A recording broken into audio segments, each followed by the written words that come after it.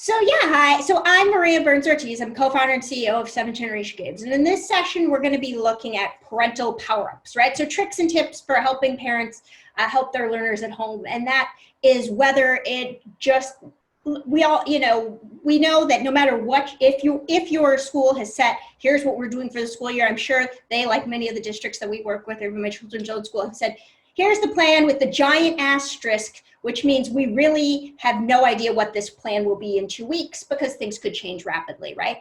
And these are, though, at the same time, things that you can use even if it's just in the classroom and for the day when we go back to that. But I am the mother of 3 children. Here are my children at the start of the school year where we were very optimistic and we knew this was going to be a wonderful school year. And here we were by the end where we felt like we were living, just kind of Mad Max day to day. And I bring up the fact that I have children, not just because, this is a session on parenting, but I always now start with this because I was giving a Zoom webinar not that long ago, and I said, do not touch this door, do not open this door, whatever you do for the next 30 minutes, no one walk in. And at about minute 25, all of a sudden, this was my life. So I talk a lot to folks about, we've been talking about how's distance learning going and what's it been like. And so I was asked this and I thought, going into it, I thought I'm set. I have educational software company. I've taught in the classroom. I understand Common Core. My children go to a Spanish immersion school and I speak both languages. And at the end of the day, I was just done. Right. And I posted these adorable pictures of my daughter here in my office. And that was really much more, this over here on the right was the reaction that I was getting. And it felt like every minute of it became a battle between getting them to do work and trying to get anything done. And for those I know in the classroom, not only trying to get kids to do it, but your kids to do it and kids at home to do it, but then you're trying to also teach, and I wasn't alone, and I know that all of the data played out and showed just that it was becoming really, really difficult, right? And if you think about it, if anyone had said to you going into the beginning of last school year, hey guys, so at the end of the school year, the last quarter, I'm going to give you 2 days to take everything as far as your curriculum goes to a distance learning model, you would have thought they were absolutely insane. And yet here you were, and you went and you did it, right? Which is incredible. And still, I think someday we will look back and that will be one of those things like, do you remember when we did this? But, it was also really hard. And I was talking to a teacher that we work with in their school, limited digital access. They weren't ready to do a one-to-one deployment of devices. And so they were doing packets. And so the teachers, the class had 25 kids, and the teachers, because they were also doing nutrition, so they would deliver the lunch and the meals to the home, and then they would pick up the packets. So the first week, the teacher got 22 packets back. Not bad, 25 kids, it's pretty good. The second week it was 13, and then the third week it was 2, right? And I'm sure this probably played out in some level of your experience, whether you were doing packets or online work, right? This huge drop off. Another school I was working with, they had 12 kids out of 300 that they just never heard from again. Just didn't hear from them again. They called, they literally would go to the houses, and it just completely dropped off. A third of the kids at that same school would not have passed based on the work they turn in if they hadn't used no-fault grading, right?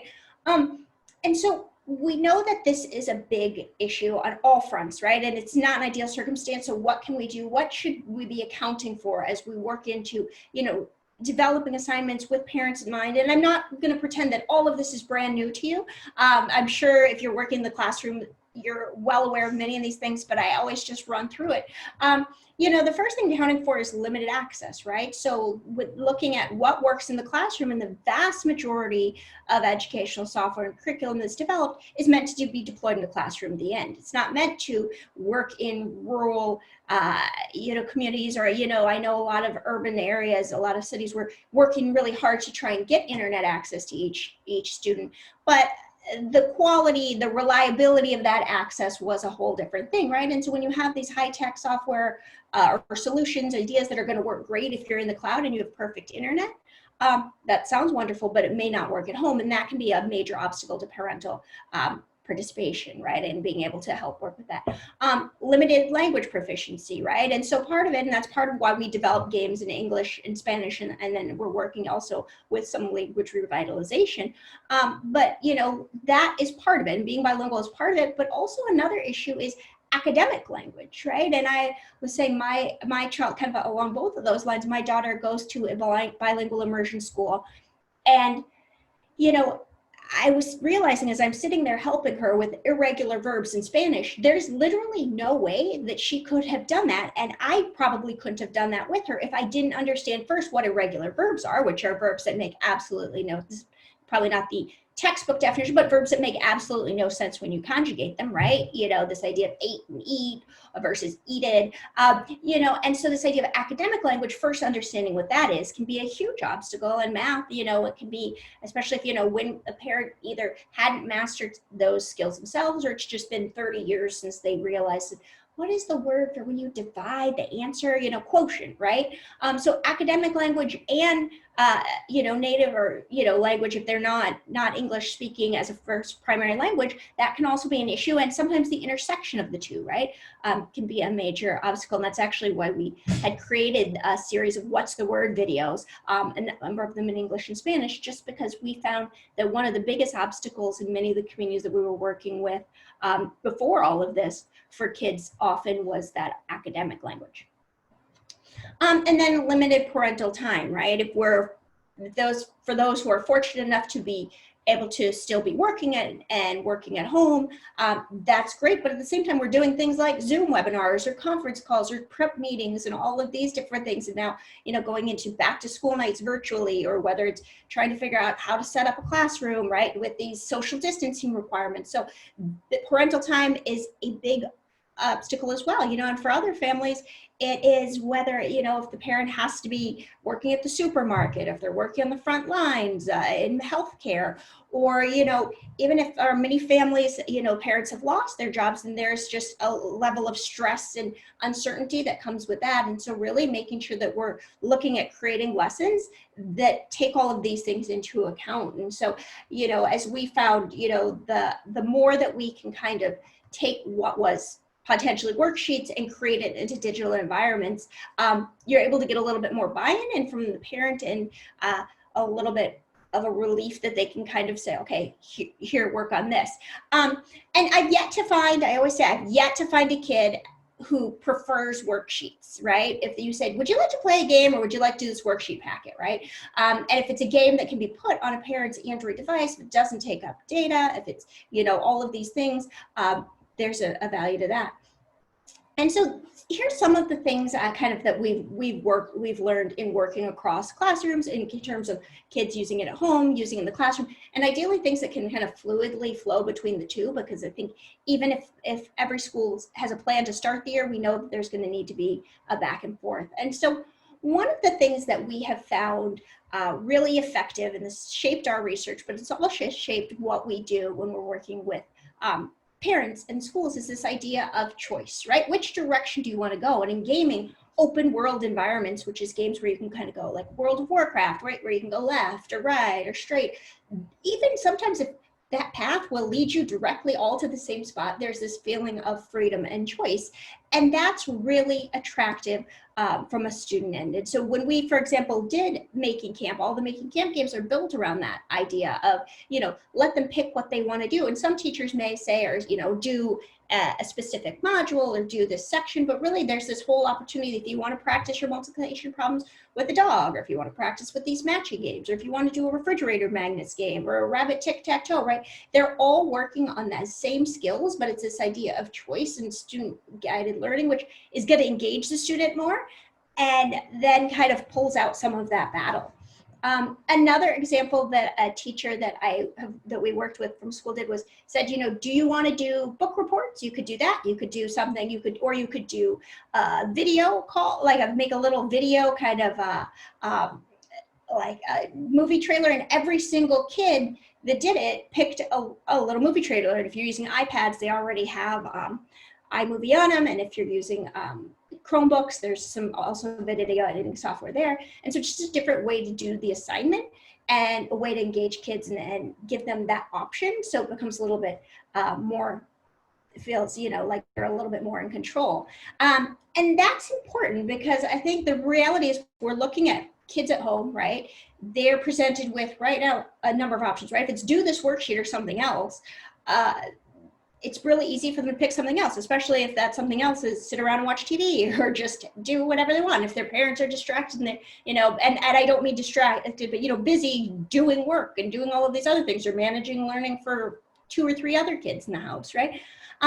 But really having that option gives them an opportunity, let's say, and from a parent perspective, instead of saying, do this one thing, did you do it, yes or no, it becomes, oh, so which of these activities did you pick? And I've had teachers say, well, but what if they always pick the same one, or what if they don't do all of them? But picking 1 and 3, if you get back 1 and 3 assignments, going back to that, the teacher who, got back 2 out of 25 packets, if you get 1 and 3 assignments, that's going to be better than getting, 0 of 1, right? And so giving that choice, but it's also kind of from the parent perspective, there's an ability where, instead of arguing with the kid, did you do this one? Hey, which one did you do? And we all know from kind of those very basic developmental psych classes that we took, or maybe just having multiple children, right, either in your home or in your classroom, it becomes a little bit of an easier debate sometimes, or a little bit easier a conversation to have, less argumentative when it's, hey, so which one did you pick, instead of did you do this? And so again, there's that value of giving them the opportunity for choice. Creative, so finding creative ways to do assignments. And I know Anne Maria talked about some, and Christy pulled up some, and Diana's going to get into that. But for example, like I said, other ways to practice multiplication, right? You have multiplication tables, memorizing that. That's pretty boring. Not to say that we don't need to do it, not to say we don't have to memorize multiplication, but if you can do things like games where you have a card and then you look at and you say, here's what the number is, and then you hold the device over it. So this is from Math Universal Language. The bottom one is in Spanish and the top one is the Lakota version. But and that pops it up. It's just a way that's reinforcing it in a fun and different way. This one's not from us, but if you're familiar with Seesaw, it's an app that is for, again, it's an app work for teachers, and I know there's a free teacher version. And for example, instead of uploading worksheets, our school went from giving them worksheets to scanning the worksheet, and the kid got to color the bubbles in with just on the device, like as on a picture. And it made a dramatic difference, and even the teachers saying the number that they got back, because all of a sudden it became this fun, engaging thing. There's literally no difference really if you think about the interactivity with the kids, right? Like circle in the bubble and return it. But both, it was easier for the kid, thought it was kind of fun because they got to do the same with the device, pick a different color or whatever they wanted to do. And it made it easier for the parent than snap a picture and send it back to me, or, hey, drop this packet off, or I'm gonna have the packet ready. So just again, another way, this is from an app called Seesaw, but that you can kind of make assignments a little bit more interactive. Again, helping parents with strategy support, right? So providing ways and tools that might work and be effective. These are actually game design cards. We have a game design program that we do, and I'm going to talk a little bit about integrating game design as a framework, but ways that you get kids generating ideas or get excited about it. One thing that we ended up doing was taking these cards, creating blank ones, and we have, and it worked out so well that we have them up, but creating blank ones and then saying to parents, hey, you could put different activities on here, and then the kids draw them out as a fun thing to do. And so some of them are fun and some of them are math. And this goes back to Christy talking about gamification as well. So some of them are math and some of them are random activities. And so it made it actually a game. And if you have it broken up into manageable chunks of time or activities, do 3 math pages. Again, it was just something. And none of these are fix-all, cure-all solutions. I wish that I had those. If I did, I swear I would give them to you. But it's kind of like, well, try this, play this. This is fun for a little bit, and then try a different activity. Another thing I talk a lot about is guilt-free, right? Like as parents right now, there's this big struggle, and I know from both reading lots of things and talking to lots of parents and just even being one about, oh my God, my kid is on the device so much. But if it's actually educational, it does make it a little bit easier. And so the parents, there is this buy-in more in technology than maybe there would have been in the past. And so really looking at ways, again, that if, as a parent, you think, or, if they're going to be on their device, they might as well be on something where they're learning, right? And so our moment with making camp when I knew we were onto something is when my daughter she's one of our earliest testers, and she was in her room under the covers and it was late, and I went and I pulled back for this big, I got you moment. And there she was actually playing making camp secretly by herself late at night. And so it was that conflict between you're supposed to be asleep and what do you think. But I think that's what you want to be creating is digital experiences. If they're going to be on their device, you can kind of help offset that fact. So those are just some of the things that we're working on in terms of creating teacher support, parent support, and really working on ways to create an interactive bridge between the two.